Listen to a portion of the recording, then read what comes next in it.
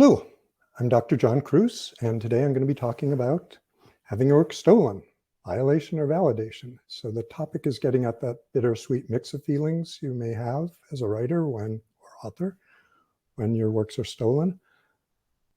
I'll start by thanking Medium for providing a platform for my writing for the last 5 years and providing this platform for talking to you tonight. I know this has been a long day for many of you. I've been up since 5 a.m. in Hawaii time, and it's getting late in the day on the East Coast.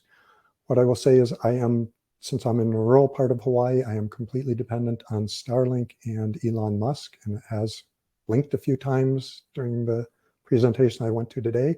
If there's any glitches, the good thing is if it fails quickly, and we should be back up within seconds if there are any such technical glitches.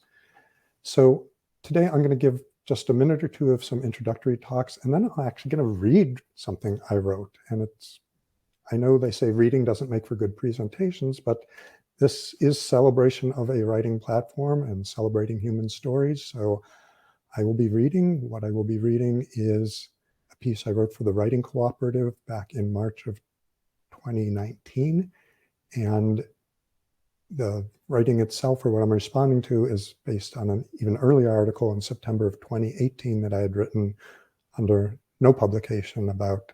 It was titled, "Does Donald Trump's ADHD throw cold water on the Goldwater Rule?" So part of the issue of plagiarism, I think, gets at the distinction between being an author and a writer, and people have different ways of parsing that out. But a writer is anyone who writes. So anything that's written down makes you a writer. An author sort of presumes that you have responsibility for what's written, that you have some audience, that you have some identity connected to it. So it's not like a ghostwriter who is anonymous. Author comes from the Latin word augere, which you get the word augment, which to increase or promote. And then it evolved into someone who is a founder, a master, a teacher, and it's connected to the same word as authentic. So when we are writing something, our identity is tied into it, we're responsible for it, we're tied into it, and it's a shock that someone else might want to take our material and think it's our own. So I'm going to launch into my article. It should take less than 5 minutes, and then I've seeded the Q&A with some of my own questions, but I hope there's plenty from the chat, and people, I don't know if they're adding them to the chat or adding them to Q&A. Hopefully I'll find them in either place. No. So validation, violation, finding an audience. And the subtitle is, "If a book falls in an empty forest and nobody listens, is it still a book?" Writing involves two levels of engagement. First, we wrestle written words into sequences that our brain deems important enough to memorialize: an image, a feeling, an experience, or lesson. Secondly, we engage with our audience, hoping that our discourse elicits an emotion, paints a picture, conveys a message, entertains, or educates our audience. We want to believe that if we choose our words deftly enough, if our topics are timely enough, our images vivid enough, we will hijack some cortical space in the brains of our readers. But the frenetic pace of our world, containing, at the time I wrote it, 7.69 billion humans, at least half of whom seem to be blogging or tweeting at any one moment, confounds opportunities to even find people to read and react to our statements. More than a year ago, I wrote a 65,000 word treatise and flung it to the publishing world. I'm saving the word book until someone actually publishes it. And I can say that it was published in 2019. When I subject friends or even strangers to diatribes on my topic, they often tell me that the material sounds interesting, pertinent, even important. In contrast, the publishing world claims that my topic won't sell, that I'm straddling markets that are too disparate, that the topic is too controversial or oversaturated, or that my previously non-existent online platform was too small. So I started writing and posting shorter articles to deliver my message. Most of that was on Medium.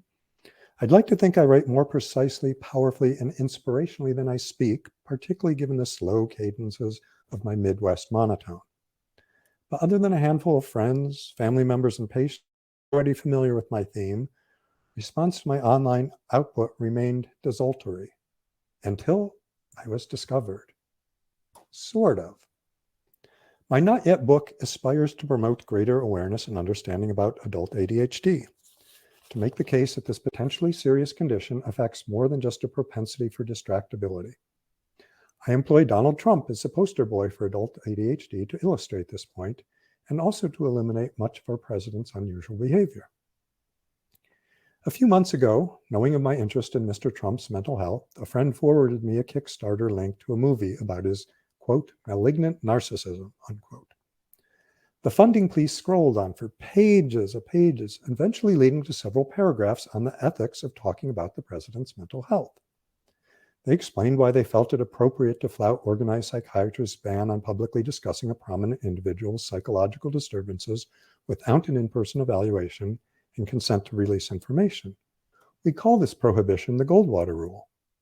I've addressed this very topic in articles on Medium and Doximity called Donald Trump's ADHD Throws Cold Water on the Goldwater Rule. I described how, unlike with other mental illnesses, we define ADHD by purely observable behaviors and can thus make a reliable diagnosis of Mr. Trump's ADHD based on the vast array of video data in the public domain. Because we are only utilizing publicly accessible information, we aren't breaching confidentiality when discussing conclusions made from observations available to everyone. Scanning through the film's Kickstarter request, I froze upon reading, quote, Donald Trump's malignant throws cold water on the Goldwater Rule. They took my line, and they didn't even get it quite right. My line. Well, maybe someone else could have thought that up. Maybe it's just some eerie coincidence. For a few seconds, these competing assessments bickered in my brain. And then I saw the picture photoshopped by my 15-year-old daughter of Barry Goldwater, hands upraised in front of the podium with a blue swirl of water cascading down upon his head. My initial response had been correct. They had taken my words, my picture, my idea, without any acknowledgement, and misappropriated it that, because malignant narcissism isn't even an official diagnosis. And narcissistic personality disorder requires knowing, not just assuming what Mr. Trump is really thinking and feels. So narcissistic personality disorder can't really sidestep the Goldwater Rule in the way that ADHD might. A feeling of violation suffused me. The ideas I had worked so hard to forge and formulate had been stolen from me. But simultaneously, I felt validated because someone outside of my inner circle, someone who seemed to possess a far larger audience than I addressed, had obviously read what I had written, liked it enough to borrow it, and used it to draw attention to their own cause. It felt gratifying to speak to a wider world, albeit indirectly, anonymously, and with part of my own intent mistranslated. I emailed the Kickstarter film and indicated that I felt surprised and flattered by their borrowing my phrase and my daughter's handiwork, and that I would appreciate proper attribution of my contribution. I even volunteered to discuss the Goldwater Rule in their film. That was 2 months ago. I haven't heard back, which feels so similar to not hearing back from so many publishers and agents after submitting my book proposal. Maybe the filmmakers only count the money and don't even read the Kickstarter comments. Maybe some intern read my feedback and wasn't equipped or empowered to deal with it. Maybe the producer or other high-ranking individual read it and felt guilty and didn't want to respond. The scenarios go on and on. Silence provides both a wonderfully blank slate and a potent motivation for perpetuating our own storytelling. I simply don't know why I haven't heard back from the filmmakers. But I do know that writing these paragraphs here has motivated me to try to reach out again, to check whether they are interested in proper attribution of my words or want to include me as part of their project. I can only work on my end of the writing process. I can become a better writer. I can write more. I can work on building a larger audience. I still don't know whether my treatise will ever become a book. So far it rests where it has fallen in a mostly quiet forest. I control whether or not I am a writer. But you, the readers, will determine whether I transform from writer to author. So that's the end of my published article 4 years ago. Some of the aftermath is, after shopping it around, I did get a small publisher to publish it, so it's at the top of the bookshelf back there. So it is a real book in the real world. My audience on Medium has grown somewhat. So actually it took, I think, almost 4 years to get 1,000 people, and now I have a little more than 3,000. So that's some validation.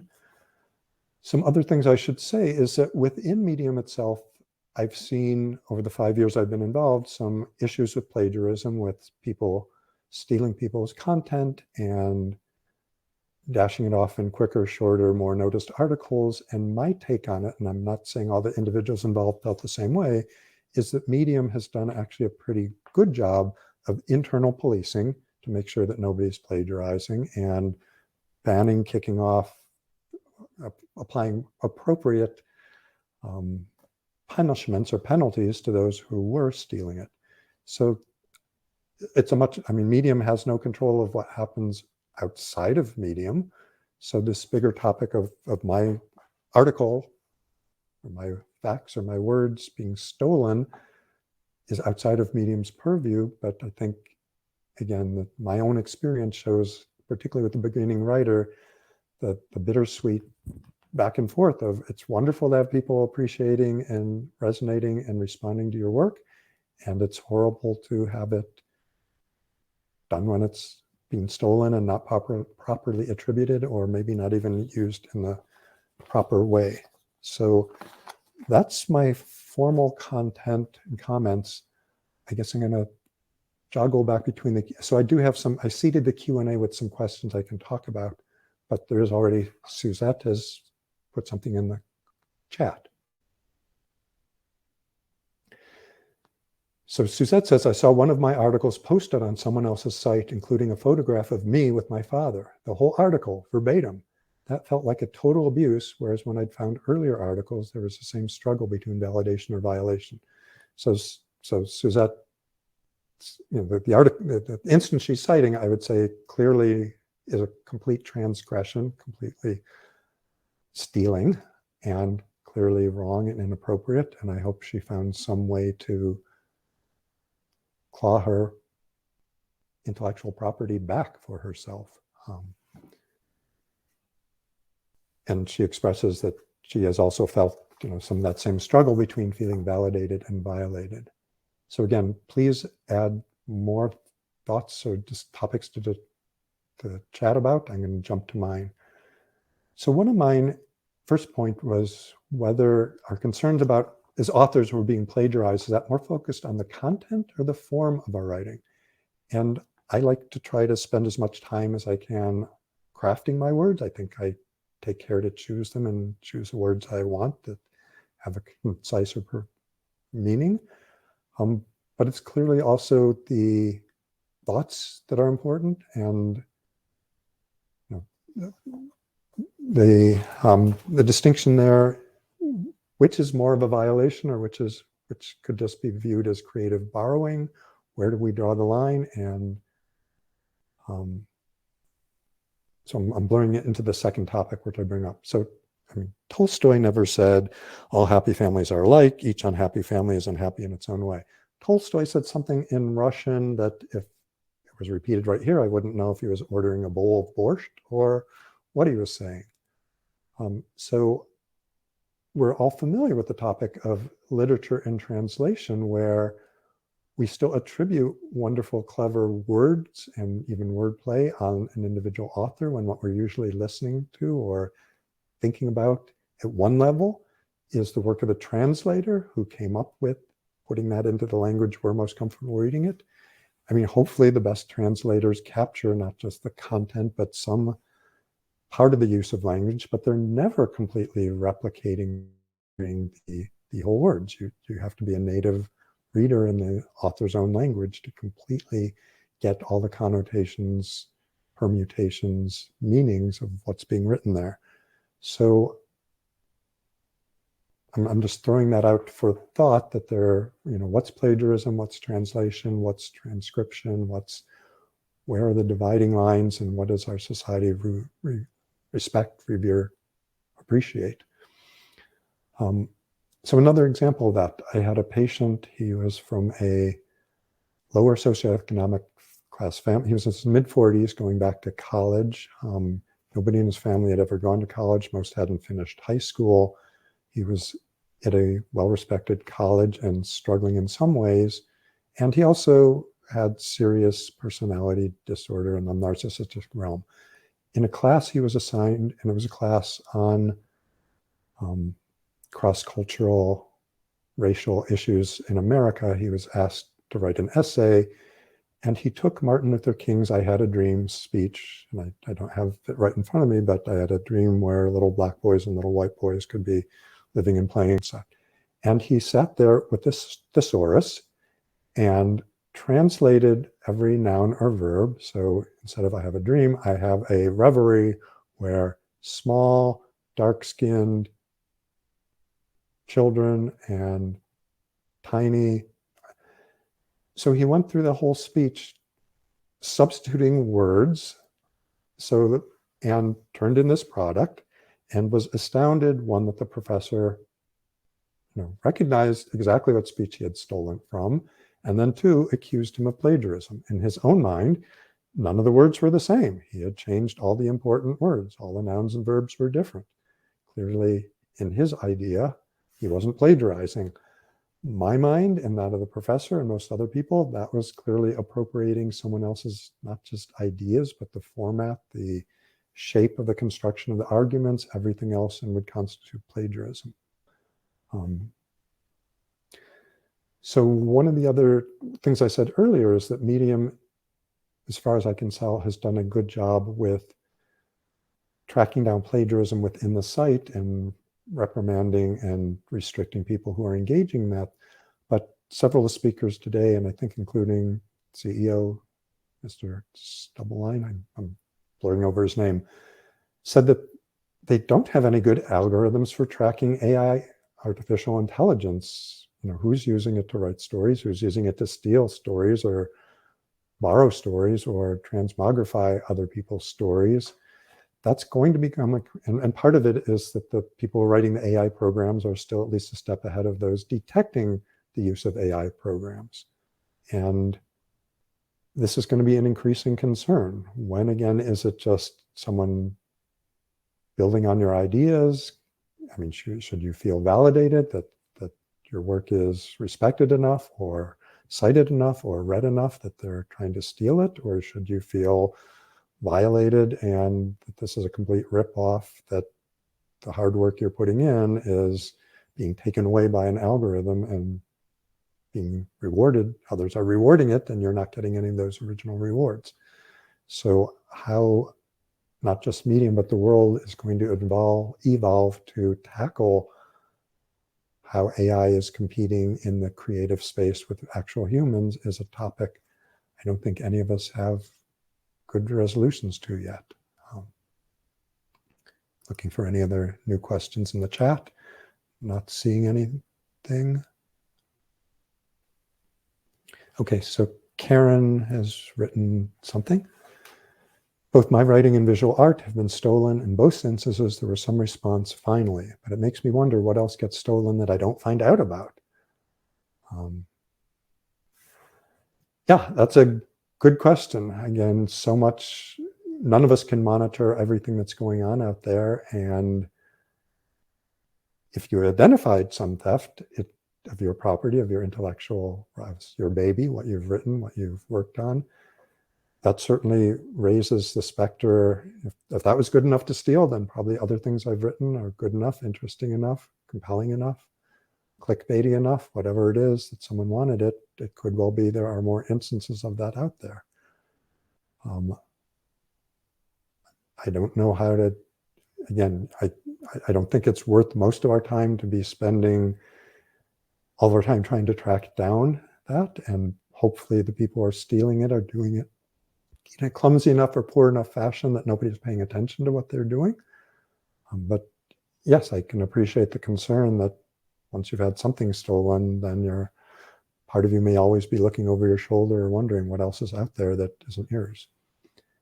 So I'll switch back to the chat in a little bit or see if more questions come in. But one of the other questions I seeded it with, there's a quote from Joyce Carol Oates. So she was interviewed in the New York Times a few weeks ago. She's an extremely prolific, clever, creative writer, and she was saying that anything you create that transcends time is in some ways more real than the actual reality of your life. And my question is, how well does that resonate with people? So specifically, she spoke about her first husband who died. She had wonderful memories and discussions with him.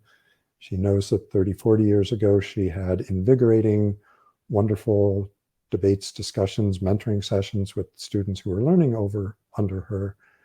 And all of that is past. It's gone. There's nothing captured from it. Nothing lingers. Nothing's ongoing. All that exists from that time are the writings she was writing then that have been kept alive, perpetuated, because someone kept publishing them, someone kept reading them. So she turned, in some ways, and this is, I think, a true writer's perspective, she minimized a sort of dross and ephemera as all that's important and meaningful in our day-to-day intimate lives. And clearly she's not saying it's all worthless or garbage, but that it does go away, and that what you're left with is a right. And so some of this could be taken two ways with the topic of plagiarism. If someone is taking your thoughts, borrowing your thoughts and feelings, then in some ways you are living on, even if you aren't properly attributed. But I mean, how many of us really think we know who Julius Caesar was, or Cicero, or Socrates? Or, I mean, we have names attached to thoughts and concepts and or plays or treatises or other things from writers long ago, but none of us really know who those are. Their thoughts are living, many again through translation. We're not even reading their direct works, but in some sense they're living. They've contributed to society that we live in today. They are breathing, shaping, affecting us, and that's a really powerful and potent legacy.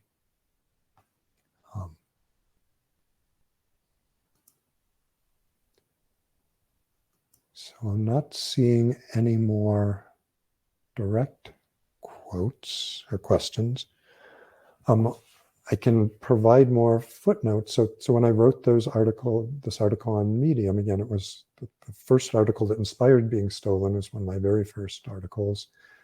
I did find a publisher for my book. So whether my treatise was going to be a book falling in an empty forest and nobody listening, it did get out there. It's on Amazon. It's on other formats. A good friend of mine who is a professional actor did the voice recording for the book, for the audio version. That's out there. But it was a small press. It has not done spectacularly well anywhere in the real world. And that's a weird, for me, ongoing dichotomy, because I'm not a particularly dynamic speaker. When I talk to people about the topic of Donald Trump's ADHD, and again, I cover it from 3 different angles. I cover it on how we can use Trump to educate people about ADHD. The existence of adult ADHD is still underappreciated, misunderstood. There are millions of adults in America with ADHD who aren't aware of their ADHD. And what inspired me to write the book is my own patients with adult ADHD who, particularly when Donald was debating with Hillary, would say, oh my God, that's what I look like. That's what I sound like. I'm jumping all over the place. I'm standing up and walking around when I should be sitting down. That's how people are seeing me. So as I say, my book has 3 halves. The first half was trying to use Trump to explain ADHD to people. The second half of the book was using ADHD to explain Trump, because if you just think he's a narcissist or a sociopath or an X, Y, or Z or Messiah, he doesn't make any sense. Because so often a narcissist wants to convey that he's a brilliant, stable genius. And so often Donald Trump's ADHD leads him to blurt out comments, leads him to trip over his own words, leads him to not complete tasks, leads him to be chaotic and disorganized in his efforts, and undermines the very idea that he is intelligent, creative, powerful. So he doesn't make sense unless you understand the ADHD part of it. It's been so frustrating I see writer after writer and journals like the New York Times or Atlantic saying he's chaotic, he's doesn't follow up. He blurts things off at the top of his mind. He can't sit still. He's a narcissist. It's like, none of that's narcissism. I mean, some of it could overlap with narcissism. All of it's pure ADHD. And then the third half of my book is using him as to indicate part of how our whole society is moving in a more ADHD direction. Other speakers today have talked about the attention deficit society and ways to get back to it. I think Medium itself, in terms of social media, is a wonderful example or setting. We are not Twitter. We're not trying to convey a thought or a concept in just a few 140 or 280 characters, which gets you to respond on an emotional level, gets you to respond on a reactive level rather than, or a reflexive level rather than a reflective level. So it's devoid of context, it's devoid of nuance, it's devoid of humanity in some way.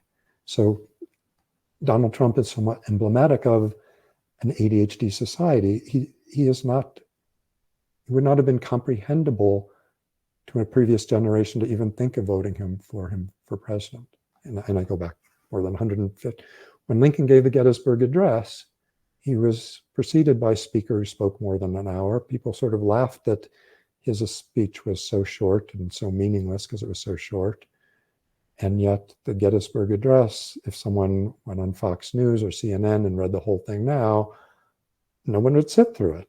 You can't listen to it. So our attention spans have dramatically shifted, and it's only in a world where our attention span had shrunk so much that Donald Trump would be a viable candidate for president. But then he pushed us further in that direction because he made us, if you, whether you liked or didn't like what he was going to say, you had to respond to it instantaneously because he was on to the next thing. So I've gotten off the topic of plagiarism somewhat. I'm not seeing anyone. Okay, so Sophie also has a comment here. I wrote an opinion piece published in the Huffington Post years ago, and it was copied and posted in a far-right publication in Europe. I found, and so again, if you find your things in a venue that you don't like, yes, absolutely reach out and ask them to take it down if you think it's taken out of context, used in ways that you don't appreciate. And certainly musicians whose songs have been appropriated by certain politicians have brought lawsuits so that they would not use their music in ways that they didn't feel was supporting a cause they believed in.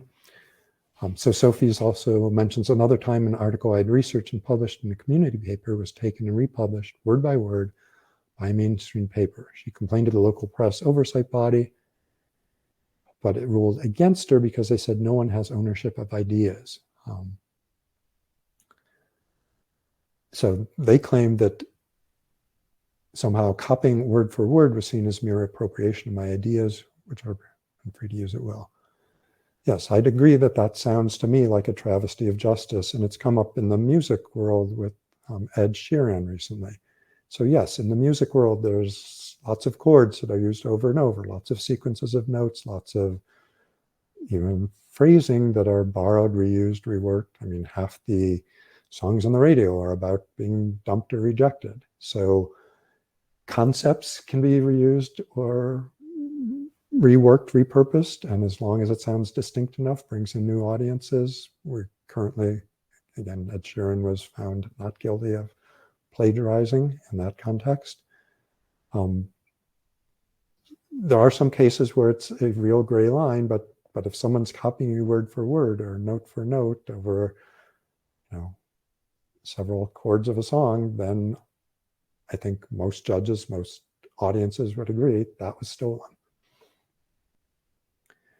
So Patricia mentioned that some of the new AI tools are great for tracking plagiarism, and I know teachers are using some of these tools to try to make sure they're tracking whether students are plagiarizing or not. But I will bring up that several of the staff members at Medium today have publicly said that their ability to detect AI is what's out there in terms of the tools that are being offered to detect it are still behind the tools that we have to generate artificial content. So Patricia does include a link to one of those tools called originality.ai. And Patricia comments that that originality AI is certainly a faster and more thorough and effective search tool than just throwing paragraphs onto Google and using it to check whether you've been plagiarized or not. So I'm seeing we've come to the end of our time. I really appreciate sticking with me at the end of this very long day. And I hope people appreciate your work and give it the proper recognition, adulation, respect, and admiration it deserves. And I think in general, I found Medium a good and wonderful and supportive community for that. So keep on writing, keep on reading, and stay healthy and happy. I'm signing off. You can find me on Medium and elsewhere.